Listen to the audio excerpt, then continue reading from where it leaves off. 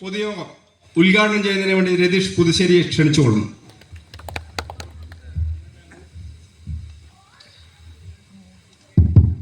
ആദ്യമേ ക്ഷമ ചോദിക്കുകയാണ്.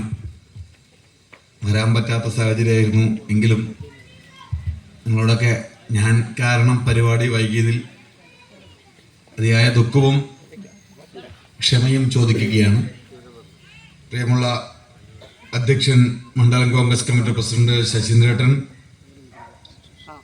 സ്വാഗതം പറഞ്ഞ KP കൃഷ്ണേട്ടൻ അവർ, പ്രിയപ്പെട്ട അരവിന്ദാക്ഷൻ മാസ്റ്റർ, മുൻ യൂത്ത് കോൺഗ്രസ് മണ്ഡലം പ്രസിഡന്റ് രഞ്ജിത്തേട്ടൻ, യൂത്ത് കോൺഗ്രസിന്റെ ജില്ലാ ഭാരവാഹിയായിരുന്ന പ്രിയപ്പെട്ട പ്രമോദ് തണ്ടലോട് അവർ, പ്രിയങ്കരനായ സഹോദരൻ ഗ്രാമപഞ്ചായത്ത് അംഗം സുരേഷ് ഏട്ടൻ, പ്രിയപ്പെട്ട ഈ പ്രദേശത്തെ സ്ഥാനാർത്ഥി പ്രിയ സഹോദരി സജ്നി അവർ, വേദിയിലെയും സദസ്സിലെയും പ്രിയമുള്ള ജനാധിപത്യ മതേതരത്വ വിശ്വാസികൾ, പ്രിയപ്പെട്ട രതീഷിന്റെ സഹോദരൻ, എന്നെ കേൾക്കുന്ന ജനാധിപത്യ മതേതരത്വ വിശ്വാസികളെ, നമ്മളിപ്പോ അമ്പലത്തിന്റെ മുമ്പിലാണ് പരിപാടി നടക്കുന്നത്. നമ്മളൊക്കെ ദൈവവിശ്വാസികളാണ്. വീണ്ടും അധികാരത്തിൽ വന്ന പിണറായി വിജയൻ സർക്കാർ ചെയ്തത് എന്താണ്? പിണറായി വിജയൻ സർക്കാർ ചെയ്തത് ശബരിമലയിലേക്ക് യുവതികളെ പ്രവേശിപ്പിക്കുവാൻ യാതൊരുവിധ തടസ്സവുമില്ല എന്ന് സുപ്രീം കോടതിയിൽ ഉമ്മൻചാണ്ടി കൊടുത്ത സത്യവാങ്മൂലത്തിന്റെ നേർവിപരീതമായി അവിടെ സത്യവാങ്മൂലം കൊടുക്കുകയാണ്. അങ്ങനെ സത്യവാങ്മൂലം കൊടുക്കുന്നു. സുപ്രീം കോടതി അതിന് ഉത്തരവ് അനുകൂലമായി വിധിക്കുന്നു. ശബരിമലയിലേക്ക് സ്ത്രീകളെ പ്രവേശിപ്പിക്കാമെന്ന് സുപ്രീം കോടതിയുടെ ഉത്തരവ് ആ പ്രിന്റ് വരുന്നതിന് മുമ്പ് ഇവിടെ കേരളത്തിൽ ബിന്ദു അമ്മിണി, കനകദുർഗ എന്നീ സ്ത്രീകളെയും കൂട്ടി പോലീസിന്റെ അകമ്പടിയോടുകൂടി ശബരിമലയിലേക്ക് കൊണ്ടുപോയത് പിണറായി വിജയൻ എന്ന് പറയുന്ന ഇവിടത്തെ കമ്മ്യൂണിസ്റ്റ് മുഖ്യമന്ത്രിയുടെ അധികാരത്തിലിരിക്കുന്ന കാലഘട്ടത്തിലല്ലേ? ശബരിമലയിലേക്ക് യുവതികളെ കയറ്റണമെന്ന് പറയുമ്പോ ഏതെങ്കിലും വിശ്വാസികളായിട്ടുള്ള അയ്യപ്പനെ വിശ്വസിക്കുന്ന, അയ്യപ്പനെ സ്നേഹിക്കുന്ന, അയ്യപ്പനോട് ഭക്തിയുള്ള ലക്ഷക്കണക്കിന് ആളുകൾ, സ്ത്രീകളുള്ള ഈ കേരളത്തിൽ ഏതെങ്കിലും ഒരു സ്ത്രീ, വിശ്വാസിയായിട്ടുള്ള സ്ത്രീ ശബരിമലയിലേക്ക് പോയോ? പോയില്ല. അവിടെ പോയതാരാ? ബിന്ദു അമ്മണി, കനകദുർഗ, പിന്നെ ഏതൊക്കെയോ ഒന്നോ രണ്ടോ മൂന്നോ സ്ത്രീകൾ. അങ്ങനെയുള്ള സ്ത്രീകളെയും കൂട്ടി ശബരിമലയിലേക്ക് കൊണ്ടുപോയിട്ട് അവര് പറഞ്ഞെന്താ? അവര് പറഞ്ഞത് ഞങ്ങൾ സ്ത്രീകളെ ശബരിമലയിലേക്ക് കയറ്റിക്കൊണ്ട് കേരളത്തിലെ ശബരിമല സ്ത്രീകൾക്കും പുരുഷനും വിവേചനമില്ലാത്ത സംസ്ഥാനമായി കേരളത്തെ പ്രഖ്യാപിക്കുന്നു. കേരളത്തിൽ എല്ലാ ക്ഷേത്രങ്ങളും എല്ലാവർക്കുമായി തുറന്നു കൊടുക്കുന്നു എന്ന് വിപ്ലവകരമായിട്ടുള്ള തീരുമാനമെടുക്കുന്നു എന്ന് പറഞ്ഞ് വീമ്പിളക്കിയ ശ്രീ പിണറായി വിജയന്റെ ഭരണം, ആ ഭരണം, ആ കാലഘട്ടം, ആ കാലഘട്ടത്തിനെതിരെ കേരളത്തിലെമ്പാടും സമരങ്ങൾ നടന്നു. കേരളത്തിലെ മുക്കിലും മൂലയിലും ഭജന ഉൾപ്പെടെ സമരങ്ങൾ ഉൾപ്പെടെ പ്രതിഷേധ സമരങ്ങൾ നിരന്തരമായി നടന്നു. നിരന്തരമായി സമരം നടന്നപ്പോ പിണറായി വിജയന്റെ സർക്കാർ CPIM ചെയ്തതെന്താ?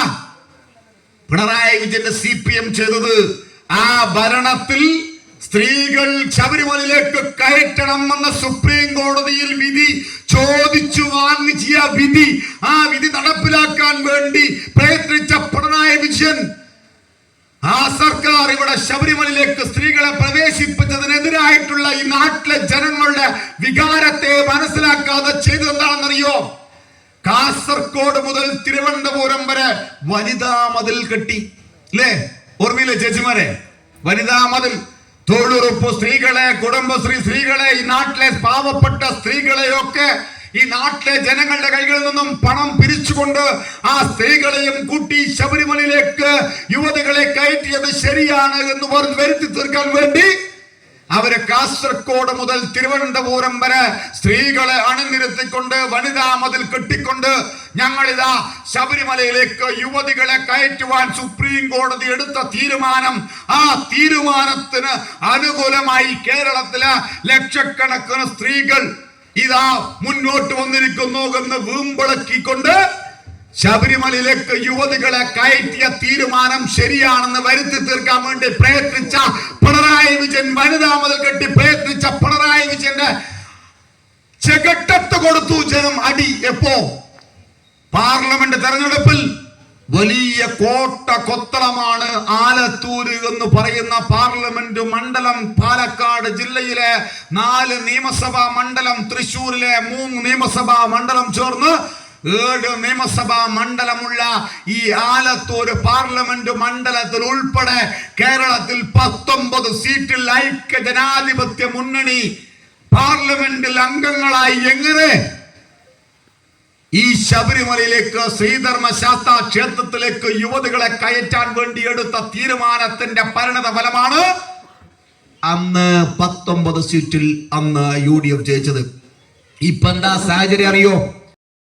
പ്രസിഡന്റായ പത്മകുമാർ ഉൾപ്പെടെയുള്ള കള്ള കഴിവേറികൾ അമ്പലത്തിലെ കോടിക്കണക്കിന് രൂപ വരുന്ന കിലോ കണക്കിന് സ്വർണം ശബരിമലയിൽ നിന്നും തങ്കപ്പാളികൾ അടർത്തി എടുത്ത് കൊണ്ടുപോയി ബാംഗ്ലൂരും ഹൈദരാബാദും ഒക്കെ കൊണ്ടുപോയി വിറ്റ്, ആ വിറ്റ സ്വർണത്തിന് പകരമായി ശബരിമലയിൽ ചെമ്പ് പാളിയിൽ സ്വർണം പൂശിക്കൊണ്ട് അത് തങ്കമാണ് എന്ന് വരുത്തി ജനങ്ങളെ പറ്റിച്ച്, അയ്യപ്പനെ പറ്റിച്ച്, ദേവസ്വത്തെ കൊള്ളയടിച്ച്, നമ്മൾ ഉണ്ടിയിലിടുന്ന കാശിനെ കൊള്ളയടിച്ചുകൊണ്ട് ഇന്ന് വീണ്ടും പല്ലിളിച്ചുകൊണ്ട് സ്ഥാനാർത്ഥിത്വം നേടിവരുന്ന CPM-ന്റെ സഖാക്കളോട് നമ്മളെപ്പോലെയുള്ള ഈശ്വര വിശ്വാസികളായിട്ടുള്ള ആളുകൾ ചോദിക്കണം, അമ്പലം വിഴുങ്ങികളായിട്ടുള്ള നിങ്ങളുടെ നേതാക്കന്മാരെ തള്ളിപ്പറയുവാൻ കഴിയുമോ സഖാക്കളോ എന്ന്? അമ്പലം വിഴുങ്ങികൾ അമ്പലത്തിൽ ആലോചിച്ചു നോക്കണം. നമ്മുടെ നാട്ടിൻപുറങ്ങളിലെ അമ്പലങ്ങളിൽ ഉൾപ്പെടെ അമ്പലത്തിൽ പോയി ഒന്ന് ദേവിയെ തൊഴാൻ കുങ്കുമമോ ചന്ദനമോ ഒരു ഭസ്മമോ കുറിയിടാൻ കഴിയാത്ത ആളുകൾ, ഒരു കയ്യിലൊരു ചരട് കെട്ടാത്ത ആളുകൾ അമ്പലത്തിൽ പോയി വീമ്പിളക്കുകയാണ്. കമ്മിറ്റി കൂടുമ്പോ കമ്മിറ്റി പിടിച്ചെടുക്കാൻ വേണ്ടി വരികയാണ് CPM-കാർ. എടാ CPM-കാരാ, നിങ്ങൾ അമ്പലമേത, ദൈവമേത, ആചാരമേത, വിശ്വാസമേത എന്ന് ഒരിക്കലെങ്കിലും നിങ്ങൾക്ക് ചിന്തയുണ്ടോ? സന്ദേശം സിനിമയിലെ ശങ്കരാടിയെ പോലെ ഇവിടത്തെ അമ്പലങ്ങളിൽ ഒന്നും പോകാതെ ഏതെങ്കിലും അമ്പലങ്ങളിൽ മുണ്ടിട്ട് തലയിൽ മുണ്ടിട്ട് പോകുമായിരിക്കാം. പക്ഷെ അമ്പലം വിഴുങ്ങുകളാണ് നിങ്ങൾ. നിങ്ങളുടെ നേതാക്കന്മാർ ഏതൊക്കെ അമ്പലങ്ങളിൽ, ഏതൊക്കെ ദേവസ്വങ്ങളിൽ, കൊച്ചിൻ ദേവസ്വം, തിരുവിതാംകൂർ ദേവസ്വം, മലബാർ ദേവസ്വം, അങ്ങനെ ഗുരുവായൂർ ദേവസ്വം, എല്ലാ ദേവസ്വത്തിലും ബോർഡ് മെമ്പറായി ഇരുന്നുകൊണ്ട് അമ്പലത്തെ കൊള്ളയടിക്കുകയാണ്. അമ്പലത്തെ കൊള്ളയടിക്കുന്ന ഈ കൊള്ളക്കാർ വീണ്ടും പല്ലിളിച്ച് വരുമ്പോ ചോദിക്കണ്ടേ നമ്മൾ, എത്ര കാലമായി? സഖാക്കളുടെ ഒരു പാട്ടുണ്ട്, എത്ര കാലം അടിമയായി കിടക്കണം സഖാക്കള്, പുത്രപൗത്രരെങ്കിലും സ്വതന്ത്രരായി വരേണ്ടയോ? എനിക്ക് അത്രേ ചോദിക്കാനുള്ളൂ ഈ നാട്ടുകാരോട്. നമ്മൾ എത്ര കാലം ഈ CPM-ന്റെ ചെങ്കൊടി പിടിച്ച് നടക്കുന്ന സഖാക്കളോട് ചോദിക്കാനുള്ളത് എനിക്ക് അതാണ്. എത്ര കാലം അടിമയായി കിടക്കണം സഖാക്കളെ? ഈ പാർട്ടി CPIM ഈ പാർട്ടി മോശപ്പെട്ട പാർട്ടിയാണെന്ന് എനിക്ക് അഭിപ്രായമില്ല. ആ പാർട്ടി ഒരു കാലഘട്ടത്തിൽ സഖാവ് കൃഷ്ണപിള്ളയുടെയും EMS-ന്റെയും AKG-യുടെയും ഒക്കെ ചടിയൻ ഗോവിന്ദനും ഒക്കെ പാർട്ടിയാണ്. നല്ല പാർട്ടി ആയിരുന്നു. നന്നായിട്ട് നല്ലൊരു അംബാസഡർ കാറ്, അല്ലെങ്കിൽ ഒരു ബെൻസ് കാറ്, അല്ലേ, ഒരു ബെൻസ് കാറ് ഇവിടെ കൊണ്ട് ചാവി കൊണ്ട് തരികയാണ്. ഇവിടെ TVS ഓട്ടിക്കാൻ അറിയാത്തവന്റെ കയ്യിൽ ബെൻസിന്റെ കാറ് കൊടുത്താൽ എങ്ങനെ ഉണ്ടാവും? അതുപോലെയാണ് ഇപ്പോഴത്തെ CPM-ന്റെ അവസ്ഥ. നല്ല സഖാക്കൾ ആ പാർട്ടിയിലില്ല. നല്ല സഖാക്കളൊക്കെ പാർട്ടി വിട്ടു മാറി. ആ നല്ല സഖാക്കളെയൊക്കെ പുത്തൻ പണക്കാരായിട്ടുള്ള അഭിനവ കമ്മ്യൂണിസ്റ്റുകാർ വന്ന് CPM-ന്റെ നല്ല സഖാക്കളെ മൊക്കിലിരുത്തിക്കൊണ്ട് അരിഞ്ഞ് വീഴ്ത്തിക്കൊണ്ട് സമ്മേളനങ്ങളിലൊക്കെ പാർട്ടിയിലെ പുതിയ സഖാക്കൾ കടന്നു വരിക. അവര് കച്ചവടക്കാരാണ്, അവർ കച്ചവട താല്പര്യത്തോടു കൂടി വരുന്നതാണ്. റിയൽ എസ്റ്റേറ്റ് മാഫിയ, കോൺട്രാക്ടറുകാർ, അങ്ങനെ വലിയ വലിയ ബിൽഡേഴ്സ് ഒക്കെയാണ് ഇന്ന് സഖാക്കളായി മാറുന്നത്. ഒരു കാലത്ത് എങ്ങനെയായിരുന്നു സഖാക്കൾ? ആലോചിച്ച് നോക്കണം. CPM-ന്റെ മുൻ സംസ്ഥാന സെക്രട്ടറി ചടയൻ ഗോവിന്ദൻ, അങ്ങനെ ചടയൻ ഗോവിന്ദൻ എന്ന് പറയുന്ന CPM-ന്റെ സംസ്ഥാന സെക്രട്ടറി ആയിരുന്ന വ്യക്തി ഒരിക്കൽ ജീപ്പിലൂടെ കടന്നു പോവുകയാണ് അദ്ദേഹത്തിന്റെ വീട്ടിലേക്ക്. ആ വീട്ടിലേക്ക് പോകുമ്പോ അദ്ദേഹത്തിന്റെ മകൻ നടന്നു പോകുന്നു. ചടയൻ ഗോവിന്ദന്റെ മകൻ നടന്നു പോകുമ്പോ ആ CPM-ന്റെ സംസ്ഥാന സെക്രട്ടറിയുടെ ജീപ്പിന്റെ ഡ്രൈവർ വണ്ടി നിർത്തി. സഖാവിന്റെ മകൻ നടന്നു പോകുന്നു. ആ സഖാവിന്റെ മകനെ വണ്ടിയിലേക്ക് കയറ്റണമെന്ന് പറഞ്ഞപ്പോ ചടയൻ ഗോവിന്ദൻ പറഞ്ഞു, ഇത് CPM-ന്റെ സംസ്ഥാന സെക്രട്ടറിയുടെ വണ്ടിയാണ്, അല്ലാതെ ചടയൻ ഗോവിന്ദന്റെ മകനെ യാത്ര ചെയ്യാനുള്ള വണ്ടിയല്ല എന്ന് പറഞ്ഞ അങ്ങനെയുള്ള CPM-ന്റെ നല്ല നേതാക്കന്മാർ ഉള്ള ഒരു രാജ്യമാണ്, ഒരു സംസ്ഥാനമാണ് കേരളം. പക്ഷേ ഇപ്പോഴത്തെ അവസ്ഥ എന്താ? കേരളം ഭരിക്കുന്ന പിണറായി വിജയൻ, അദ്ദേഹത്തിന്റെ ഒരു കേസുണ്ട്, SNC ലാവ്ലിൻ കേസ്. 365 കോടി രൂപ കട്ട കേസിലെ പ്രതി പിണറായി വിജയൻ, അദ്ദേഹത്തിന്റെ കേസ് 40 തവണകളായി സുപ്രീം കോടതി മാറ്റി വെച്ചുകൊണ്ടിരിക്കുക.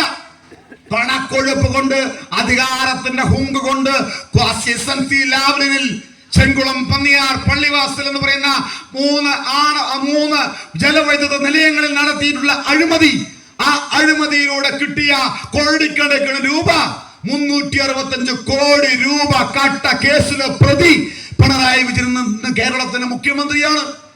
അദ്ദേഹത്തിന്റെ മകൾ ശ്രീമതി വീണ വിജയൻ ആലപ്പുഴയിലെ കരിമണൽ കടത്ത് കമ്പനിയായിട്ടുള്ള കരിമണൽ കാർത്തിയുടെ കയ്യിൽ നിന്നും 172 ലക്ഷം രൂപ വാങ്ങിയ കേസിലെ പ്രതിയാണ്. പിണറായി വിജയന്റെ മകൻ വിവേക് കിരൺ വിജയൻ കള്ളപ്പണം വെളുപ്പിച്ച കേസിലെ പ്രതിയാണ്. ഇങ്ങനെയുള്ള കള്ളന്മാരുടെ കൈകളിലാണ് ഇന്ന് CPM ഇരിക്കുന്നത്. അപ്പോ നല്ല സഖാക്കളുടെ കൈകളിലല്ല ഇവിടുത്തെ CPM ഭരിക്കുന്നതും ഇരിക്കുന്നതുമെന്ന് ഈ നാട്ടിലെ പ്രബുദ്ധരായ ജനാധിപത്യ മതേതരത്വ വിശ്വാസികൾ മനസ്സിലാക്കണം. ഇവിടെ ഇപ്പൊ നിങ്ങൾ മനസ്സിലാക്കേണ്ടത് പഞ്ചായത്ത് തെരഞ്ഞെടുപ്പാണ്. പഞ്ചായത്ത് തെരഞ്ഞെടുപ്പ് എടുക്കുമ്പോ ഇപ്പോ പഞ്ചായത്ത് തെരഞ്ഞെടുപ്പ് എടുത്തപ്പോ പെൻഷൻ എപ്പോ കൂട്ടി? കഴിഞ്ഞ മാസം കൂട്ടി. എപ്പോ? പിണറായി വിജയന്റെ വെളിവെന്താ? ഈ നാട്ടിലെ ജനങ്ങളൊക്കെ പൊട്ടന്മാരും മട്ടന്മാരുമാണ് എന്നാണോ പിണറായി വിജയൻ ചിന്തിച്ചിരിക്കുന്നത്? ഇങ്ങനെയാണോ? ഈ നാട്ടിലെ ജനങ്ങളെ അത്രയ്ക്ക് വരുവരവും വെളിവും ഇല്ലാത്ത ആളുകളായിട്ടാണ് കേരളത്തിലെ ജനങ്ങളെ പിണറായി വിജയന്റെ സർക്കാർ ചിന്തിച്ചിരിക്കുന്നത്. കഴിഞ്ഞ മാസമാണ് തെരഞ്ഞെടുപ്പിന് മുൻപ്, തെരഞ്ഞെടുപ്പ് നോട്ടിഫിക്കേഷൻ വരുന്ന സമയത്ത് പെൻഷൻ കൂട്ടുകയാണ്. 6 മാസം മുമ്പ് വരെ പെൻഷന്റെ അവസ്ഥ എന്താ? 6 മാസം മുമ്പ് വരെ പെൻഷൻ കിട്ടാത്ത ആളുകൾ എത്ര ദുരിതം അനുഭവിച്ചു. നിർമ്മാണ തൊഴിലാളികളുടെ പെൻഷൻ 18 മാസമായി ഇന്നും കൊടുത്തിട്ടില്ല. പ്രസവാനുകൂല്യമില്ല, നിർമ്മാണ തൊഴിലാളികളുടെ വിദ്യാഭ്യാസാനുകൂല്യമില്ല, അങ്ങനെ ചികിത്സാ ധനസഹായമില്ല, അങ്ങനെ ഒട്ടനവധി ദുരിതം അനുഭവിക്കുകയാണ് ആര്? നിർമ്മാണ തൊഴിലാളികൾ. അപ്പോ വാർഷികകാല പെൻഷന്റെ അവസ്ഥ എന്താ? ഈ പെൻഷനൊക്കെ സഖാക്കൾ വീട്ടിൽ കൊണ്ട് തരുമ്പോ അവരുടെ എന്തോ വീട്ടും തന്ന പോലെയാണ് അവർ പറയണത്. എങ്ങനെയാ പെൻഷൻ വന്നത്? ഇന്ദിരാഗാന്ധി ദേശീയ വിധവാ പെൻഷൻ, ഇന്ദിരാഗാന്ധി ദേശീയ വികലാംഗ പെൻഷൻ, ഇന്ദിരാഗാന്ധി ദേശീയ വാർഷികകാല പെൻഷൻ, അങ്ങനെയുള്ള അഗതി പെൻഷനൊക്കെ ആ പെൻഷന്റെ പേപ്പറിൽ തന്നെ എഴുതിയിട്ടുണ്ട്. നിങ്ങളുടെ വീട്ടിലുള്ള ആളുകളോട് നോക്കി അറിയാം. പെൻഷൻ ആരുടെയും ഔദാര്യമല്ല, നമ്മുടെ അവകാശമാണ്. ഇവരുടെയൊക്കെ വിചാരം എന്താ അറിയോ? ഇവര് പെൻഷൻ തരുമ്പോ ഇവര് നമുക്ക് തരുന്ന പെൻഷൻ പൈസയിലത്തെ കമ്മീഷൻ വാങ്ങിച്ചിട്ടാണ് ഈ വരുന്ന ആളുകൾ ഇരിക്കുന്നത്. അപ്പൊ അവരുടെ ആരുടെയും വീട്ടിലത്തെ ഒന്നുമല്ല, നമ്മുടെ അവകാശമാണ്. അപ്പൊ അതുപോലും അറിയാതെ പെൻഷൻ തെരഞ്ഞെടുപ്പ് എടുത്തപ്പോ കൂട്ടി. ഇതിനു മുമ്പ് കഴിഞ്ഞ പ്രാവശ്യം എന്താ? കൊറോണ സമയമായിരുന്നു. കിറ്റ് തന്നു അല്ലേ റേഷൻ കടയിൽ കൂടെ. എങ്ങനെയാ കിറ്റ് വന്നത്? ഭക്ഷ്യസുരക്ഷാ നിയമം നടപ്പിലാക്കി. ആര്? മൻമോഹൻ സിംഗ് സർക്കാർ, കോൺഗ്രസ് സർക്കാർ അധികാരത്തിലിരിക്കുമ്പോൾ ഈ രാജ്യത്തെ പട്ടിണിപ്പാവങ്ങളായ ആളുകൾ പട്ടിണി കിടന്ന് മരിക്കാതിരിക്കുവാൻ വേണ്ടി ഈ രാജ്യത്ത് ഭൂകമ്പമോ പ്രളയമോ കൊടുങ്കാറ്റോ ഇതുപോലെയുള്ള മഹാമാരികളോ എന്തെങ്കിലും വന്നാൽ ഈ നാട്ടിലെ ജനങ്ങൾക്ക് യാതൊരുവിധ സാമ്പത്തിക ബുദ്ധിമുട്ടും ഉണ്ടാവാതിരിക്കാൻ, ഭക്ഷണത്തിന് യാതൊരുവിധ ബുദ്ധിമുട്ടും ഉണ്ടാവാതിരിക്കാൻ വേണ്ടി ഭക്ഷ്യസുരക്ഷാ നിയമം കൊണ്ടുവന്നു കോൺഗ്രസ് സർക്കാർ. ആ തൊഴിലുറപ്പ് പദ്ധതി കൊണ്ടുവന്നു കോൺഗ്രസ് സർക്കാർ. വിവരാവകാശം നിയമം കൊണ്ടുവന്നു കോൺഗ്രസ് സർക്കാർ. സേവനാവകാശ നിയമം കൊണ്ടുവന്നു കോൺഗ്രസ് സർക്കാർ. അങ്ങനെ കോൺഗ്രസ് സർക്കാർ കൊണ്ടുവന്നു ആധാർ കാർഡ്. അങ്ങനെയുള്ള ഒരുപാട് ആനുകൂല്യങ്ങൾ കോൺഗ്രസ് സർക്കാർ കൊണ്ടുവന്നപ്പോ ആ കോൺഗ്രസ് സർക്കാർ കൊണ്ടുവന്ന അധികാരത്തിന്റെ ബലത്തിൽ കഴിഞ്ഞ കാലഘട്ടത്ത് കൊറോണ വന്ന് ജനങ്ങൾ ബുദ്ധിമുട്ടിയപ്പോ ആ കൊറോണ വന്ന സമയത്ത് ഈ ഭക്ഷ്യസുരക്ഷാ നിയമത്തിന്റെ ഭാഗമായി ഇവര് റേഷൻ കടകളിലൂടെ ഭക്ഷ്യ കിറ്റുകൾ കൊടുത്തു. ആ ഭക്ഷ്യ കിറ്റ് കൊടുത്തപ്പോൾ നമ്മുടെ ആളുകൾ വിചാരിച്ചു, ഓ ദുരിതകാലത്ത് നമുക്ക് ഭക്ഷ്യ കിറ്റ് തന്നില്ലേ, അപ്പൊ ഇവരാണ് ക്യാമന്മാര് പറഞ്ഞിട്ട് എന്ത് കാട്ടി, എല്ലാവരും പോയി വോട്ട് ചെയ്തു പിണറായി വിജയനെ. വോട്ട് ചെയ്തിട്ട് ഇപ്പൊ എന്തുണ്ടായി? നിങ്ങൾ ചിന്തിക്കണം. ഈ പാവികൾക്ക് വോട്ട് ചെയ്ത് എന്തുണ്ടാക്കി ആലോചിച്ച് നോക്കണം. ഇപ്പൊ പഞ്ചായത്ത് ഇലക്ഷൻ ആയപ്പോ റോഡുകൾ നല്ല നല്ല എന്താ പറയാ, കണ്ണാടി പോലെ കാവ്യമാധവന്റെ കവിള് പോലെയാണ് റോഡ് ഇരിക്കണമെന്നാ പറയണേ. എന്താ റോഡിന്റെ അവസ്ഥ? ഇത്രയും ദിവസം നമ്മുടെ നടുപൊട്ടുന്നതിന് ഒരാൾക്കും ഉത്തരവാദിത്വമില്ല, ഇല്ലേ? പൈപ്പില് വെള്ളം വരില്ല, വെള്ളത്തിന്റെ ബില്ല് എത്ര പ്രാവശ്യമായിട്ട് കൂട്ടി, കറണ്ട് ബില്ല് എത്ര പ്രാവശ്യം കൂട്ടി, 5 വർഷം 5 പ്രാവശ്യമായി. കൃഷ്ണൻകുട്ടിയേട്ടനാണ്, പാലക്കാട്ടുകാരനായിട്ടുള്ള കൃഷ്ണൻകുട്ടിയേട്ടനാണ് കറണ്ട് ബില്ല് കൂട്ടിയത്. എന്താ കൃഷ്ണൻകുട്ടിയേട്ടാ കറണ്ട് ബില്ല് കൂട്ടിയത്? അയ്യോ കൂട്ടിയാ, എനിക്കറിഞ്ഞില്ല കേട്ടാ. ആരെ? കൃഷ്ണൻകുട്ടിയേട്ടൻ പറയണം, നമ്മുടെ ചിറ്റൂർത്ത് കൃഷ്ണൻകുട്ടിയേട്ടൻ. ഇതാണ് അവസ്ഥ. കറണ്ട് ബില്ല് കൂട്ടി, വെള്ളത്തിന്റെ ബില്ല് കൂട്ടി, ഭൂമി നികുതി കൂട്ടി. വില്ലേജ് ഓഫീസിൽ പോയി നികുതി അടയ്ക്കാൻ പോയാ നേരത്തെ 10 റുപ്യ ഉണ്ടായിരുന്ന നികുതി ഇപ്പൊ 25 റുപ്യാണ്. ഭൂമി നികുതി കൂട്ടി, ബിൽഡിങ്ങിന്റെ ടാക്സ് കൂട്ടി. നമ്മൾ പുതിയൊരു ബിൽഡിംഗ് കെട്ടാൻ പോയാ അപേക്ഷാ ഫോറത്തിന് കാശ് വാങ്ങിച്ചു, അപേക്ഷാ ഫോറത്തിന്റെ പെർമിറ്റ് എടുക്കാനുള്ള ഫീസ് കൂട്ടി. നിങ്ങൾ പുതിയ വീട് കെട്ടുന്ന ആൾക്കാരെ ചോദിക്കി, ബിൽഡിങ്ങിന്റെ പെർമിഷൻ ഫീസ്, ബിൽഡിങ്ങിന്റെ ടാക്സ്, ഭൂമി നികുതി, കറണ്ട് ബില്ല്, വെള്ളത്തിന്റെ ബില്ല്, അതിന്റെ ഇടയിൽ കൂടെ ഓട്ടോറിക്ഷ ടാക്സി തൊഴിലാളികളുടെ പെർമിറ്റ് ഫീസ് കൂട്ടി, അവരുടെ ഫിറ്റ്നസ് ഫീസ് കൂട്ടി, ഒരു FC ഫീസ് കൂട്ടി. എന്താ കൂട്ടാത്തത് ഇവര്? എന്താ കൂട്ടാത്തത്? ബസ് ചാർജ് കൂട്ടിയിട്ടുണ്ട്, നമുക്ക് അറിയാണ്ടാണ്. പെട്രോളിന്റെ പേരില് പെട്രോളിന് നികുതി വാങ്ങിക്കേണ്ട, അധിക നികുതി. തമിഴ്നാടും കേരളവുമായി പെട്രോളിലും 6-7 ഉറുപ്പിക വ്യത്യാസമാണ് പെട്രോളിലും ഡീസലിലും. ഇവിടെ പെട്രോളിന്റെ പേരിൽ നികുതി വാങ്ങിച്ച് സെസ് വാങ്ങിച്ച് എന്തറിയോ, കക്കൂസ് ഉണ്ടാക്കാനാണെന്ന് പറഞ്ഞ മഹാഭാവികളാണ്. എത്ര കക്കൂസ് ഉണ്ടാക്കാൻ നമുക്കിപ്പോ? ആള് വീതം 2 കക്കൂസ് ഉണ്ടാക്കാനുള്ള പണം നമ്മുടെ കയ്യിൽ നിന്ന് വാങ്ങിച്ചു. ഒരു വീട്ടിൽ 4 പേരുണ്ടെങ്കിൽ ആള് വീതം 2 കക്കൂസ് ഉണ്ടാക്കാനുള്ള പൈസ നമ്മുടെ കയ്യിൽ നിന്ന് വാങ്ങിച്ചു കഴിഞ്ഞു. ഇപ്പൊ ഇതിങ്ങനെയൊക്കെ നമ്മളെയൊക്കെ പറ്റിച്ച് തിന്ന് കൊഴുത്ത് വീർത്ത് ഇങ്ങനെ നടക്കുകയാണ്, ഒരു ഉളുപ്പുമില്ലാണ്ട്. ഇപ്പൊ ഇലക്ഷൻ ആയപ്പോ ഇവിടെ എന്താ അറിയോ, മുമ്പേ പോകും തമ്പ്രാൻ പറയും എന്തൊരു കുന്തവും സിന്ദാബാദ് എന്ന് പറയുന്ന പോലെയാണ്. CPM-കാരെ പാവപ്പെട്ട ആളുകളെ അടിമകളാക്കി വെച്ചിരിക്കുകയാണ്. അവർക്ക് ഒന്നും അറിയില്ല. ദേശാഭിമാനി വായിക്കണം, നേരറിയുവാൻ നേരത്തെ അറിയുവാൻ എന്ന് പറഞ്ഞിട്ട് ദേശാഭിമാനി പറയും. ആ പത്രത്തില് എന്തെങ്കിലും ഒരു കാര്യം സത്യസന്ധമായിട്ടുള്ളത് ഉണ്ടോ എന്ന് മറ്റുള്ള പത്രവും ഈ പത്രവും കൂടി വെച്ച് വായിച്ച് നോക്കിയാലേ അറിയൂ. പണ്ടൊക്കെ ദൂരദർശനായിരുന്നു നമ്മുടെ വീടുകളിലേക്ക്. ദൂരദർശനുള്ള സമയത്ത് നമുക്ക് ആ ഒരു ചാനലേ വാർത്ത പറയുള്ളൂ. ഇപ്പൊ അങ്ങനെയല്ല. മനോരമ വെക്കും, മനോരമ വെച്ചിട്ട് എന്താ അവന്മാര് ഭരണം നോക്കും, അടുത്തതൊരു ഒറ്റ ബട്ടൺ അമർത്തും, നേരെ ഏഷ്യനെറ്റിലേക്ക് പോകും, ഏഷ്യനെറ്റിൽ എന്താ ഭരണം നോക്കും, അത് കഴിഞ്ഞാൽ അടുത്ത ബട്ടൺ അമർത്തും, മാതൃഭൂമിയിലേക്ക് പോകും, അത് കഴിഞ്ഞാൽ 24-ലേക്ക് പോകും, അത് കഴിഞ്ഞാൽ ന്യൂസ് 18-ലേക്ക് പോകും. അങ്ങനെ ഇവിടത്തെ ആളുകൾക്ക് വായിക്കാനും എഴുതാനും അറിയില്ലെങ്കിലും ചെവിക്ക് യാതൊരു കുഴപ്പമില്ല, ബുദ്ധിക്കും യാതൊരു കുഴപ്പമില്ല. നമ്മുടെ നാട്ടുകാർക്ക് നല്ല വെളിവും വെള്ളിയാഴ്ചയൊക്കെ ഉണ്ട് നമ്മുടെ ആളുകൾക്ക്, ഇല്ലേ? നല്ല വെളിവുള്ള ആളുകളാണ്. അതുകൊണ്ടാണ് പിണറായി വിജയൻ കഴിഞ്ഞ പ്രാവശ്യം കാണിച്ച കോപ്രായങ്ങളൊക്കെ ഇപ്രാവശ്യം നിൽക്കാൻ പോണത്. ഇപ്പൊ എന്താ അവസ്ഥ? ശബരിമലയിൽ 2 ദിവസമായല്ലോ. ശബരിമല മണ്ഡലമാസം മകരവിളക്ക് മാസം തുടങ്ങിയിട്ട് ദിവസം എത്രയായി? ശബരിമല സ്വാമികൾ അവിടെ പോകുമ്പോ അവസ്ഥ എന്താ? തള്ളി വേദനിപ്പിച്ച് അവിടെ യാതൊരു അടിസ്ഥാന സൗകര്യങ്ങളില്ല. നിങ്ങൾ ചിന്തിക്കണം, ശബരിമലയിലേക്ക് നമ്മുടെ പാപം കളയുവാൻ പുണ്യം തേടിക്കൊണ്ട് ശബരിമലയിലേക്ക് പോകുമ്പോ നമ്മുടെ ജീവൻ പോകുന്ന അവസ്ഥയാ ശബരിമല. ഒരു ശബരിമലയിലേക്ക് കർണാടക, തമിഴ്നാട്, ആന്ധ്ര, തെലങ്കാന, കേരളം, മറ്റുള്ള നോർത്ത് ഇന്ത്യൻ സംസ്ഥാനങ്ങളിൽ നിന്നും ലക്ഷക്കണക്കിന് ആളുകൾ വരുന്ന ശബരിമലയിലേക്ക് അടിസ്ഥാന വികസനങ്ങൾ പോലും ചെയ്തു തീർക്കാൻ കഴിയാത്ത ആളുകൾ, അമ്പലം പഴുകികളായിട്ടുള്ള കൊള്ളക്കാരായിട്ടുള്ള ഈ ഭരണാധികാരികൾ വീണ്ടും വന്ന് അവരുടെ ശിങ്കടികൾ ഇവിടെ വന്ന് വോട്ട് ചോദിക്കാൻ വരുമ്പോ ഒരു ഉളുപ്പ് കുറച്ചെങ്കിലും വേണ്ടേ? അവിടെ പിണറായി വിജയൻ കോടികൾ കക്കുമ്പോ ഇവിടത്തെ അണ്ണന്മാര് ചെറിയ കക്കലാണ്. എങ്ങനെ കക്കല്? ചെറിയ കക്കല് പറഞ്ഞ ചില്ലറ കക്കലൊന്നുമല്ല. റോഡ് 10 ലക്ഷത്തിന് റോഡ് വെച്ചിട്ട് 5 ലക്ഷത്തിന് പണിയെടുത്തിട്ട് 5 ലക്ഷത്തില് 2.5 ലക്ഷം കോൺട്രാക്ടുകാരൻ 2 ലക്ഷം പാർട്ടി ഓഫീസിലേക്കും കൊണ്ട് കൊടുക്കുകയാണ്. എന്തറിയോ, ഇവിടെ ആരും ചോദിക്കാനും പറയാനുമില്ലല്ലോ. കാട്ടിലെ മരം തേവയുടെ ആന വലിയടാ വലിയ എന്നാണ്. ഇവിടുത്തെ അവസ്ഥ എന്താ? നിങ്ങളുടെ പഞ്ചായത്തിൽ ഉണ്ടാകുന്ന പ്രശ്നം എന്താ? നിങ്ങളുടെ പഞ്ചായത്തിൽ 20 വാർഡുകളിൽ എന്താ അവസ്ഥ? ഗ്രാമീണ റോഡുകൾ ഇതേപോലെ തന്നെ റോഡുകൾ. ഇപ്പൊ ഇലക്ഷൻ ആയപ്പോഴൊക്കെ എന്താ പറയാ, നമ്മൾ പണ്ട് പറയും, ആരും ഒന്നും തെറ്റിദ്ധരിക്കണ്ട, തിരുപ്പതി അമ്പുട്ടം ചേർച്ച പോലെ പറയും. എന്താ അറിയോ, തിരുപ്പതിയിൽ പോയി കഴിഞ്ഞാൽ ലക്ഷക്കണക്കിന് ആളുകളുടെ വരുന്ന സ്ഥലമാണ് തിരുപ്പതി. ആ തിരുപ്പതിയിൽ പോയി കഴിഞ്ഞാൽ മുടി വെട്ടാൻ പോയാൽ അവരെന്ത് കേട്ടും, ചില സമയത്ത് അവിടെ ഇവിടെയൊക്കെ മുടി നിർത്തി ചില ഭാഗത്തൊക്കെ മുടി എടുത്തു തരും. അതേപോലെയാണ് ഇവിടുത്തെ അവസ്ഥ. ഇവിടുത്തെ റോഡുകളുടെ അവസ്ഥ എന്താ? ഗ്രാമീണ റോഡുകൾ തകർന്ന് തരിപ്പണമായി കിടക്കുകയാണ്. ഇലക്ഷൻ ആയപ്പോ പെൻഷൻ തന്നെ പറ്റിക്കാൻ നോക്കണ പോലെ റോഡുകളുടെയൊക്കെ ഇങ്ങനെ ആക്കി പറ്റിക്കാൻ നോക്കണം. അത്രയ്ക്ക് നമ്മുടെ ആളുകളുടെ ഇടയിൽ എന്തെങ്കിലുമൊക്കെ കാണിച്ച് കൂട്ടിയ വോട്ട് വീണ്ടും കിട്ടുമെന്ന് ചിന്ത വരുന്നവരിനെ നമ്മൾ കൊടുക്കേണ്ട ചൂരലും കൊണ്ട് ചന്തയ്ക്ക് നാലെണ്ണം.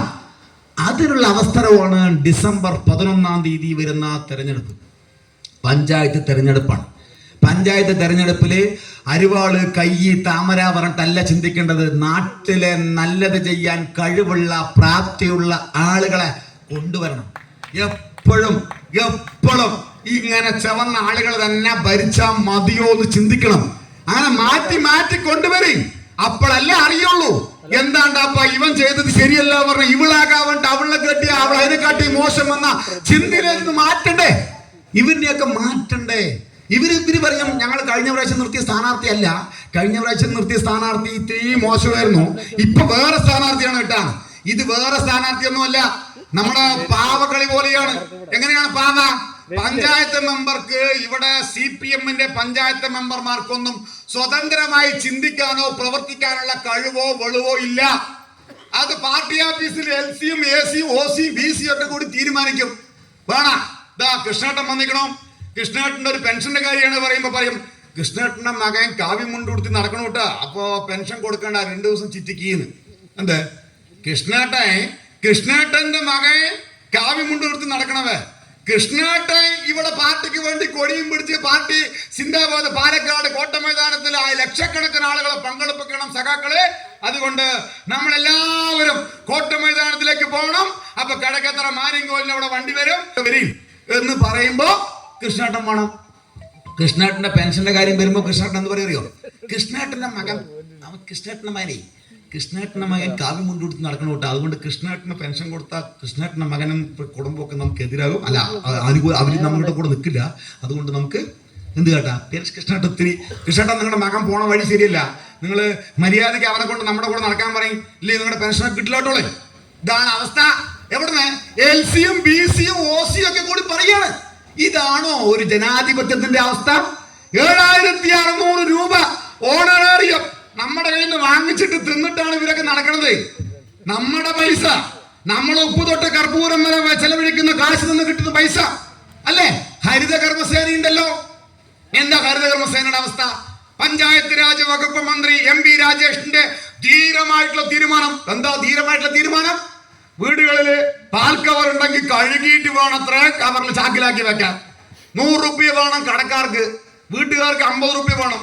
50 രൂപയ്ക്ക് എല്ലാ കവറും ആക്കി മാസാമാസം വെക്കും. വന്നില്ല വെച്ച ഹരിത കർമ്മസേനന്റെ ചേച്ചിന്റെ മുഖം കടിഞ്ഞൽ കുത്തി പോലെ ഉണ്ടാവും അല്ലേ? ആ ചേച്ചിന്റെ മുഖം നമ്മൾ കാശ് കൊടുത്തില്ല വെച്ചാൽ ചേച്ചിയുടെ മുഖം ഇഷ്ടപ്പെടില്ല. ആ ചാക്കില് നമ്മൾ വാങ്ങിച്ച വേസ്റ്റ് കൊണ്ട് എവിടെ കൊണ്ടിടും? ഇതുപോലെ 3-4 ആളുകൾ കൂടുന്ന ജംഗ്ഷനില് കൊണ്ടുപോയിട്ട് ഈ വീട്ടുകളത്ത് കംപ്ലീറ്റ് ചാക്ക് കൊണ്ട് അടുക്കി വെക്കുമ്പോ നായി വരും, അതിനെ ഒന്ന് മാന്തും, നായ ഒന്ന് കടിക്കും. ആ ജംഗ്ഷനിൽ കംപ്ലീറ്റും ഈ വേസ്റ്റും കണ്ണി കണ്ടതൊക്കെ റോട്ടിലൊക്കെ കിടക്കും അല്ലേ? ഈ തെരുവ് നായകളുടെ ശല്യം വർദ്ധിക്കുന്നു. അപ്പൊ നമ്മുടെ കുട്ടികളോ നമ്മുടെ അമ്മമാരോ വയസ്സായ ആളുകളൊക്കെ റോഡിൽ കൂടെ പോകുമ്പോ നായി കടിക്കുന്നു. നായി കടിക്കുമ്പോ അവരെ ചികിത്സിക്കാൻ നമ്മുടെ അവിടെ ആശുപത്രി സൗകര്യം ഉണ്ടോ? ആലോചിച്ച് നോക്കണം. ഹരിത കർമ്മസേനയിലൂടെ കാശ് നമ്മുടെ കയ്യിൽ നിന്നും 100 രൂപയാണ് കടകളിൽ നിന്നും, 50 രൂപയാണ് വീടുകളിൽ നിന്നും. കൊടുത്തില്ല പറഞ്ഞാൽ പ്രശ്നമാണ്, കൊടുത്തില്ലെങ്കിൽ ഭയങ്കര പ്രശ്നമാണ്. ആലോചിച്ച് നോക്കണം.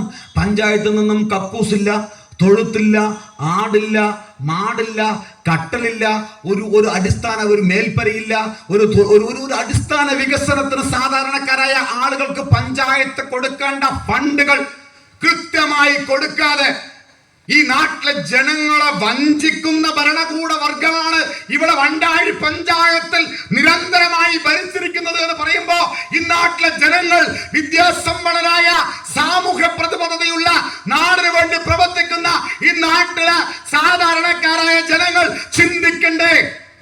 ചിന്തിക്കണം. നന്നായി പണിയെടുക്കാത്തവനോട് വൈകുന്നേരം രാവിലെ തൊട്ട് വൈകുന്നേരം വരെ പണിയെടുക്കുന്നവനോട് നന്നായി പണിയെടുക്കണവനെ കൂലി കൂട്ടി കൊടുക്കുകയും പണിയെടുക്കാത്തവനോട് നീ പണിയെടുത്തിട്ടില്ല, നിനക്ക് ഇന്ന് കൂലി തരാൻ നിനക്ക് നിർവാഹമില്ല എന്ന് പറയാനുള്ള ചങ്കുറ്റം ഈ നാട്ടിലെ ജനങ്ങൾ കാണിക്കണ്ടേ? നിങ്ങൾ കാണിക്കണം. ആ ചിന്ത നമ്മുടെ മനസ്സിലുണ്ടാവണം. ഇവിടെ നിരന്തരമായ കൊള്ളയടിച്ചുകൊണ്ട് ഈ നാട്ടിലെ ജനങ്ങളെ നിരന്തരമായി വഞ്ചിച്ചു കൊണ്ടിരിക്കുന്ന ഈ ഭരണകൂടത്തിനെതിരായിട്ടുള്ള ഒരു വിധിയെഴുത്താവണം ഈ തെരഞ്ഞെടുപ്പ്. ആ ചിന്ത വേണം. പ്രിയങ്കരനായ എന്റെ സഹോദരൻ പ്രദീപ് നെന്മാറായി പരിപാടിയുടെ ഉദ്ഘാടകൻ കടന്നു വരികയാണ്. അപ്പൊ ഞാൻ പറഞ്ഞു വന്നത് ഈ പഞ്ചായത്ത് ഉൾപ്പെടെ നിരന്തരമായി ബ്ലോക്ക് പഞ്ചായത്ത്, ജില്ലാ പഞ്ചായത്ത്, MLA, MP ഉൾപ്പെടെയുള്ള സംവിധാനങ്ങൾ ഈ സർക്കാർ ഭരിക്കുമ്പോ, ഇടതുപക്ഷത്തിന്റെ ആളുകൾ ഭരിക്കുമ്പോ, ആ ഭരിക്കുന്ന ആളുകൾ ചെയ്യുന്ന പ്രവൃത്തി ശരിയാണോ തെറ്റാണോ എന്ന് വേർതിരിച്ചറിയുവാൻ, നെല്ലും പതിനും തിരിച്ചറിയുവാനുള്ള കഴിവും വിവേകവും നമുക്ക് വേണ്ടേ? അത് നമുക്ക് വേണം. ആ ചിന്ത നമ്മൾ പ്രയോഗിക്കണം. ഒരു കാര്യം കൂടി ഞാൻ പറയാം. പല്ലശ്ശേരിയിൽ ഈ ഇടയിൽ ഒരു സംഭവം ഉണ്ടായി. പല്ലശ്ശേരിയിൽ ഒരു പെൺകുട്ടി, 9 വയസ്സുള്ള പെൺകുട്ടി. ആ പെൺകുട്ടി ചെറിയ മുത്തശ്ശന്റെ വീട്ടിൽ വിരുന്ന് വന്നാണ്. കുട്ടി വിരുന്ന് വന്നുകൊണ്ടിരിക്കുമ്പോ അനിയന്റെ കൂടെ കളിച്ചു. കുട്ടി വീണു. കുട്ടീന്റെ വലത് കൈ എന്ന് താഴ്ത്ത് തട്ടി പൊട്ടി. ആ കുട്ടീന്റെ വീട്ടിൽ ഇരിക്കാൻ വീടില്ല. അവർ ചാളയിലാണ് ഇരിക്കുന്നത്. ആ കുട്ടിനെയും കൂട്ടിയിട്ട് അവർക്ക് ഏറ്റവും എളുപ്പത്തിൽ പോകാൻ പറ്റിയ ആശുപത്രി നെന്മാറ അവേറ്റീസ് ആശുപത്രിയാണ്. സാമ്പത്തികമില്ലാത്ത പാവപ്പെട്ടവരായതുകൊണ്ട് അവർ നേരെ പോയത് ചിറ്റൂർ താലൂക്ക് ആശുപത്രിയിലാണ്. 160 കോടി രൂപ ചെലവഴിച്ചുകൊണ്ട് ചിറ്റൂർ താലൂക്ക് ആശുപത്രി നിർമ്മിച്ചു വെച്ചിട്ടുണ്ട്. ആ താലൂക്ക് ആശുപത്രിയിൽ 160 കോടി രൂപ ചെലവഴിച്ചു എന്നല്ലാതെ അസ്ഥികൂടം പോലെ ഒരു ബിൽഡിംഗ് ഉണ്ട്. ആ ബിൽഡിങ്ങിന്റെ കമ്മീഷനും വാങ്ങിച്ചു. നേതാക്കന്മാരും ഭരണവർഗക്കാരൊക്കെ കൂടി വാങ്ങിച്ചു. ആ ആശുപത്രിയിൽ യാതൊരു ചികിത്സാ സൗകര്യമില്ല. എക്സ്റേ ഇല്ല, സ്കാനിങ് ഇല്ല, ഡോക്ടർ ഇല്ല, നേഴ്സ് ഇല്ല, അടിസ്ഥാനവിധ സൗകര്യങ്ങളൊന്നുമില്ലാത്ത ഒരു ആശുപത്രി. ആ താലൂക്ക് ആശുപത്രി പോയപ്പോ പറഞ്ഞു, കുട്ടി കൈ വേദന കൊണ്ട് പുളയുന്നു, ആ കുട്ടിയെ ചികിത്സിക്കണമെന്ന് പറഞ്ഞപ്പോ ഇവിടെ സൗകര്യമില്ല, നിങ്ങൾ പാലക്കാട് ജില്ലാശുപത്രിയിലേക്ക് പൊയ്ക്കോളൂ എന്ന് പറഞ്ഞു. പാലക്കാട് ജില്ലാശുപത്രിയിലേക്ക് പോയി. പാലക്കാട് ജില്ലാശുപത്രി പോയി. അവിടെ പോയപ്പോ നല്ല കുട്ടിന്റെ കയ്യിൽ മാവ് കെട്ട് അങ്ങനെ കനത്തിൽ അങ്ങോട്ട് കെട്ടിവിട്ടു. കുട്ടി 4 ദിവസം കുട്ടി കരഞ്ഞു. കുട്ടി കരഞ്ഞപ്പോ വീണ്ടും ആശുപത്രിയിലേക്ക് പോയി, ജില്ലാശുപത്രിയിലേക്ക്. എന്താ കുട്ടി കരഞ്ഞുകൊണ്ടിരിക്കുന്നു ഡോക്ടറെ, നിങ്ങൾ എന്തെങ്കിലും ഒന്ന് നോക്കണം എന്ന് പറഞ്ഞപ്പോ കൈ എല്ല് പൊട്ടിയാ കുട്ടി കരയാണ്ട് ചിരിക്കുവോ എന്ന് പറഞ്ഞു ഡോക്ടറിന്റെ ഒരു പരിഹാസം. അതും കഴിഞ്ഞ് വീണ്ടും കുട്ടി കരഞ്ഞപ്പോ നേരെ കോഴിക്കോട് മെഡിക്കൽ കോളേജിലേക്ക് കൊണ്ടുപോയി. പാലക്കാട് ഇവിടെ ലക്ഷക്കണക്കിന് രൂപയുടെ ചെലവഴിച്ചുകൊണ്ട് പ്രിയങ്കരനായ കേരളത്തിന്റെ മുൻ മുഖ്യമന്ത്രി ശ്രീ ഉമ്മൻചാണ്ടി സാർ അധികാരത്തിൽ ഇരിക്കുമ്പോ പട്ടികജാതി വികസന വകുപ്പിൽ നിന്നും കൊണ്ടുവന്ന കോടിക്കണക്കിന് രൂപ ചെലവഴിച്ചുകൊണ്ട് അവിടെ ഒരു മെഡിക്കൽ കോളേജ് ഉണ്ടാക്കി വെച്ചിട്ടുണ്ട്. ആ മെഡിക്കൽ കോളേജ് വീണ്ടും ഉമ്മൻചാണ്ടി സർക്കാർ അധികാരത്തിൽ നിന്ന് മാറി പിണറായി വിജയൻ സർക്കാർ 10 വർഷമായി അധികാരത്തിൽ ഇരിക്കുമ്പോ ഇന്നും പാലക്കാട്ടുകാർക്ക് യാതൊരുവിധ ഉപകാരവുമില്ലാതെ ആ മെഡിക്കൽ കോളേജ് നോക്കുകുത്തിയായിരിക്കുകയാണ്. പാലക്കാട്ടുകാർക്ക് ഒരു ചികിത്സാ സൗകര്യമില്ലാതെ നോക്കുകുത്തിയായിരിക്കുകയാണ് പാലക്കാട് മെഡിക്കൽ കോളേജ്. അപ്പോ ഈ പാവപ്പെട്ട ആ കുട്ടിയുടെ മുത്തശ്ശനും മുത്തശ്ശിയും അമ്മയും കൂടി കുട്ടിയെ കോഴിക്കോട് മെഡിക്കൽ കോളേജിൽ കൊണ്ടുപോയി. കോഴിക്കോട് മെഡിക്കൽ കോളേജിലേക്ക് കൊണ്ടുപോയപ്പോ ആ കുട്ടിയുടെ മാവ് കെട്ടൊന്ന് വെട്ടി നോക്കിയപ്പോ കുട്ടിയുടെ കൈ പുഴുവരിക്കുന്ന തരത്തിലേക്ക് എത്തി. ആ കുട്ടിയോട് ഡോക്ടർ പറഞ്ഞു, കുട്ടിയുടെ അച്ഛനോടും ഒക്കെ പറഞ്ഞു, പെൺകുട്ടിയുടെ വലത് കൈ മുറിച്ചു മാറ്റണം, മുട്ടിനു താഴെ എന്ന് പറഞ്ഞു. ആ പെൺകുട്ടിയുടെ മുട്ടിനു താഴെയുള്ള കൈ മുറിച്ചു മാറ്റി. ആര്? ഈ ഭരണകൂടം. പിണറായി വിജയൻ ഭരിക്കുന്ന കേരളത്തിൽ ഒരാശുപത്രിയിലേക്ക് ഒരു ചികിത്സയ്ക്ക് പോയാൽ പാവപ്പെട്ടവനെ ജീവിക്കാൻ പറ്റാത്ത സാഹചര്യത്തിലൂടെ ആശുപത്രിയിലേക്ക് ചികിത്സിക്കാൻ പോയപ്പോ പെൺകുട്ടിയുടെ കൈ മുട്ടിനു താഴെ മുറിച്ചു മാറ്റുന്ന ഗതികേടിലേക്ക് എത്തി. ഇതാണ് പാവപ്പെട്ടവന്റെ അവസ്ഥ. അതിദരിദ്രരുടെ വിമുക്ത സംസ്ഥാനം, അതിദരിദ്രർ ഇല്ലാത്ത സംസ്ഥാനം. റേഷൻ കാർഡിൽ മഞ്ഞക്കാട്, ചുവപ്പക്കാട്, നീലക്കാട്, വെള്ളക്കാട് എന്നൊക്കെ ചിന്തിച്ചിട്ട് ഇവിടെ വീടില്ലാത്ത, കക്കൂസില്ലാത്ത, തൊഴുത്തില്ലാത്ത, എത്ര പാവപ്പെട്ട ആളുകൾ ഇവിടെ ജീവിക്കുന്നു. ആ ജീവിക്കുന്ന ആളുകളെ ഒക്കെ കൊഞ്ഞനം കുത്തുന്ന തരത്തിൽ ഇവര് പ്രഖ്യാപനം നടത്തുകയാണ്. ദരിദ്രരില്ലാത്ത സംസ്ഥാനം. നമുക്ക് നമ്മുടെ നാട്ടിൽ തന്നെ എത്ര ദരിദ്രരെ നമുക്ക് കാണാൻ കഴിയും. എത്ര ആളുകൾ. ആ ദരിദ്രരില്ലാത്ത ആളുകളെ എത്ര ആളുകളെ സംരക്ഷിക്കുവാൻ ഈ സർക്കാരിന് കഴിയുന്നില്ല. ആ ചിന്തയാണ് നമുക്ക് വേണ്ടത്. കക്കൂസ് വേണം, തൊഴുത്ത് വേണം, കുട്ടികൾക്ക് പഠിക്കുവാനുള്ള സൗകര്യം ഉണ്ടാവണം, സ്കൂളുകൾ വേണം, നല്ല രീതിയിലേക്ക് പോകണം. ഇവിടെ നിരന്തരമായി കൊള്ളയും അക്രമവും നടക്കുന്നത് ഇല്ലാതാക്കണം, അഴിമതി തുടച്ചു തീർക്കണം. അതിനു വേണ്ടിയിട്ട് ഈ സർക്കാർ ചെയ്യുന്ന നെറുകേടുകൾക്കെതിരായിട്ടുള്ള പോരാട്ടത്തിന് ഈ നാട്ടിലെ പ്രബുദ്ധരായ ജനാധിപത്യ മതേതരത്വ വിശ്വാസികൾ കോൺഗ്രസിനോടൊപ്പം കൈപ്പത്ത് ചിഹ്നത്തിൽ വോട്ട് ചെയ്യണം. ഞങ്ങൾ കൃത്യമായി പറയാം, ഞങ്ങൾ വെട്ടാനോ കുത്താനോ കൊല്ലാനോ ചാവാനോ ഞങ്ങളില്ല. ഞങ്ങൾ അതിന് വരൂല്ല. ഞങ്ങൾ ഇവിടെ സമാധാനത്തിന്റെ പേരിൽ രാഷ്ട്രീയ പ്രവർത്തനം നടത്തുന്നവരാണ്. ഞങ്ങൾക്ക് ഇവിടെ വന്ന് നുണ പറയാനോ കളവ് ചെയ്യാനോ താല്പര്യമില്ല. ഞങ്ങളെ കേൾക്കുന്ന ഞങ്ങൾ ഇവിടെ ആത്മാർത്ഥമായി രാഷ്ട്രീയ പ്രവർത്തനം നടത്തുന്ന ആളുകളാ. ഞങ്ങൾ ഇവിടെ സത്യസന്ധമായി പാവങ്ങളുടെ ഇടയിൽ പ്രവർത്തിക്കുന്ന ആളുകളാ. ഇവിടെ പാവപ്പെട്ടവന് എന്തെല്ലാം ദുരിതങ്ങൾ അനുഭവിക്കുന്നു നിങ്ങൾ നിരന്തരമായി ചർച്ച ചെയ്യും. ഇവിടെ ബൈക്കില് ഭാര്യയും ഭർത്താവിനും കുട്ടിക്കും കൂടി യാത്ര ചെയ്യാൻ പറ്റുമോ? ട്രിപ്പിൾസിൽ പോയി ഫൈൻ എഴുതും. ഭാര്യയ്ക്കും ഭർത്താവിനും പിന്നെ ഹെൽമെറ്റ് ഇല്ലെങ്കിൽ ഫൈൻ എഴുതും. ഇവിടെ പോലീസുകാരന് വേറെ ഫൈൻ, MPഡിന് വേറെ ഫൈൻ. അപ്പൊ എല്ലാത്തിലും ഫൈനാണ്. ഇവിടെ കനാലുകൾ വൃത്തിയാക്കിയിട്ടില്ല. കർഷകന് നെല്ലളന്ന പൈസ കൊടുത്തിട്ടില്ല. ഇവിടെ കൃഷിക്കാരൻ നെല്ല് ചാക്കിൽ അളന്ന് മൂട്ടി വെച്ചിരിക്കുകയാണ്. പലരുടെയും കറ്റക്കളത്തിലും പാടത്തും തൊടിയിലും വീട്ടിന്റെ സിറ്റ് ഔട്ടിലും ഒക്കെ നെല്ലുകൾ കിടക്കുകയാണ്. ഓപ്പൺ മാർക്കറ്റിൽ നെല്ലിന് 19-20 രൂപയ്ക്ക് വിൽക്കേണ്ട ഗതികളിലേക്ക് എത്തുകയാണ്. ആശാവർക്കർമാർ സമരത്തിലാണ്. ഇവിടെ തൊഴിലുറപ്പുകാർക്ക് കൃത്യമായി തൊഴിലില്ല. ഇപ്പൊ ഇങ്ങനെയുള്ള ദുഷിച്ചവന്മാര് വീണ്ടും വീട്ടിലേക്ക് വോട്ട് ചോദിച്ച് വരുമ്പോ നമ്മൾ പറയണ്ടേ? നമുക്ക് പറയാണ്ട് നമ്മൾ എന്താ ഇവരുടെയൊക്കെ ഔദാര്യത്തിലാണോ ജീവിക്കുന്നത്? അല്ലല്ലോ. നമ്മൾ പണിയെടുക്കണു, നമ്മൾ ജീവിക്കണു. ഇവർ CPM ചേർന്ന എന്തും ചെയ്യാം, കക്ക കൊള്ളയടിക്ക, എന്ത് തെമ്മാടത്തിനും. ഈ സ്ഥിതി നമ്മളാണ് വളർത്തുന്നത്. എങ്ങനെ? അവര് ചെയ്യണതിനൊക്കെ തലോടി കൊടുക്കുന്നത് ആരാ? നമ്മളാണ്. ആ ചിന്ത മാറണം, നമ്മൾ മാറ്റണം. അതിനു വേണ്ടിയിട്ടാണ് പഞ്ചായത്ത് തെരഞ്ഞെടുപ്പുകൾ മാറ്റിയാൽ അറിയാം ആരാണ് നല്ലത് ചെയ്യണത്, ആരാ കെട്ടത് ചെയ്യണതെന്ന്. അല്ലേ? വൈകുന്നേരം എല്ലാ പരിപാടിയും കഴിഞ്ഞ് 2 വിടാമെന്ന് പറഞ്ഞിട്ട് ചിന്തിക്കുന്ന ആൾക്കാരുണ്ടാവും. അല്ലേ? 2 ബീവറേജിൽ പോയി ക്യൂ നിന്നിട്ടേ 2 വിടാന്ന് പറഞ്ഞിട്ട് പോയാൽ ബീവറേജിലെ സാധനത്തിന് വില കൂട്ടിയില്ലേ? ഏട്ടൻ വലിക്കണ ബീഡി 1 ₹1. അവസ്ഥ ആലോചിച്ച് നോക്കി. 1 ₹1 ബീഡി. 10-50-100 സെന്റിലേക്ക് അവസ്ഥ എന്താ? അത് കടക്കാരെ കുറ്റം കൊണ്ട് കാര്യമില്ല. ഈ പാവികൾ നികുതി കൂട്ടുകയാണ്. എല്ലാത്തിലും നികുതിയാണ്. 2 ഈ സർക്കാരിന്റെ വരുമാനം. ഒന്ന് ലിക്കറും ലോട്ടറിയും. അല്ലേ? ലിക്കറിലാണ് ഏറ്റവും കൂടുതൽ കാശ്, ലോട്ടറി. ഇതൊക്കെ നിങ്ങളുടെ നാട്ടിലെ ജനങ്ങൾ മനസ്സിലാക്കണം. ഈ തെരഞ്ഞെടുപ്പ് ജീവൻ മരണ പോരാട്ടമാണ്. ഇവിടെ പണക്കൊഴുപ്പ് കൊണ്ട് വീണ്ടും അധികാരത്തിലേക്ക് വരികയാണ്. അധികാരം നേടിക്കൊണ്ട് ഇത്രയും നാളുകൾ കോൺട്രാക്ടർമാരെ കൊണ്ടും ഇവിടുത്തെ ഭൂഷാസികളെ കൊണ്ടുമൊക്കെ റിയൽ എസ്റ്റേറ്റ് മാഫിയകളെ കൊണ്ട് ബിൽഡിംഗ് കോൺട്രാക്ടർമാരെ കൊണ്ടൊക്കെ നേടിയ കള്ളത്തരത്തിലൂടെ നേടിയ കോടിക്കണക്കിന് രൂപ ചെലവഴിച്ചുകൊണ്ടാണ് വീണ്ടും അധികാരത്തിലൂടെ പണം നേടുകയും ആ കൊള്ളയടിച്ചുണ്ടാക്കിയ പണത്തിലൂടെ വീണ്ടും അധികാരം നേടാൻ വേണ്ടിയിട്ടാണ് ഇവിടെ CPMകാർ പല്ലിളിച്ച് കാണിച്ചുകൊണ്ട് വലിയ ചിരിച്ച് നല്ല മൊഞ്ചത്തിയും പോലെ ഫ്ലെക്സിൽ ഫോട്ടോ ഓടിച്ച് ചിരിച്ചു നിൽക്കുന്നത്. 2600 ഉറുപ്പിക്ക് വേണ്ടല്ല ഞങ്ങളൊക്കെ തെരഞ്ഞെടുപ്പ് നിൽക്കുന്നത്. ഇവരുടെ തെറ്റായ നയങ്ങൾക്കെതിരെ ചോദ്യം ചെയ്യാൻ വേണ്ടിയിട്ടാ. അതുകൊണ്ട് ഈ തെരഞ്ഞെടുപ്പിൽ നിങ്ങളുടെ എല്ലാം വിലയേറിയ വോട്ടുകൾ, എന്നെ കേൾക്കുന്ന നിങ്ങൾ, ഞാൻ പറഞ്ഞതിൽ ഒരു കടുകുമണി അളവിൽ പോലും നുണയില്ല എന്ന് ആത്മാർത്ഥമായി നെഞ്ചിൽ പറയാൻ, ഈ മാരിയമ്മ ക്ഷേത്രത്തിന്റെ മുൻപിൽ വെച്ച് നെഞ്ചത്ത് കൈവച്ച് പറയാൻ കഴിയും ഞാൻ പറഞ്ഞത് സത്യമാണ് എന്ന്. അതുകൊണ്ട് നിങ്ങൾ മനസ്സിലാക്കണം, കളവും നുണയും ചതിയും പറയുന്ന വർഗവഞ്ചകന്മാരായിട്ടുള്ള ഇടതുപക്ഷത്തിന്റെ ആളുകൾ നാളെ നിങ്ങളുടെ വീടുകളിലേക്ക് വരുമ്പോ, വോട്ട് ചോദിച്ചു വരുമ്പോ, ശബരിമലയെ തകർത്ത പിണറായി വിജയൻ നിന്റെ പാർട്ടിക്ക് വോട്ടില്ല എന്ന് പറയുവാനുള്ള ആർജവം ഈ വണ്ടായിലെ പ്രബുദ്ധരായ ജനാധിപത്യ മതേതര വിശ്വാസികൾ കാണിക്കണം. പ്രിയങ്കരിയായ എന്റെ സഹോദരി ശ്രീമതി സജിനി ബിബിനെ നിങ്ങൾ ജയിപ്പിക്കണം.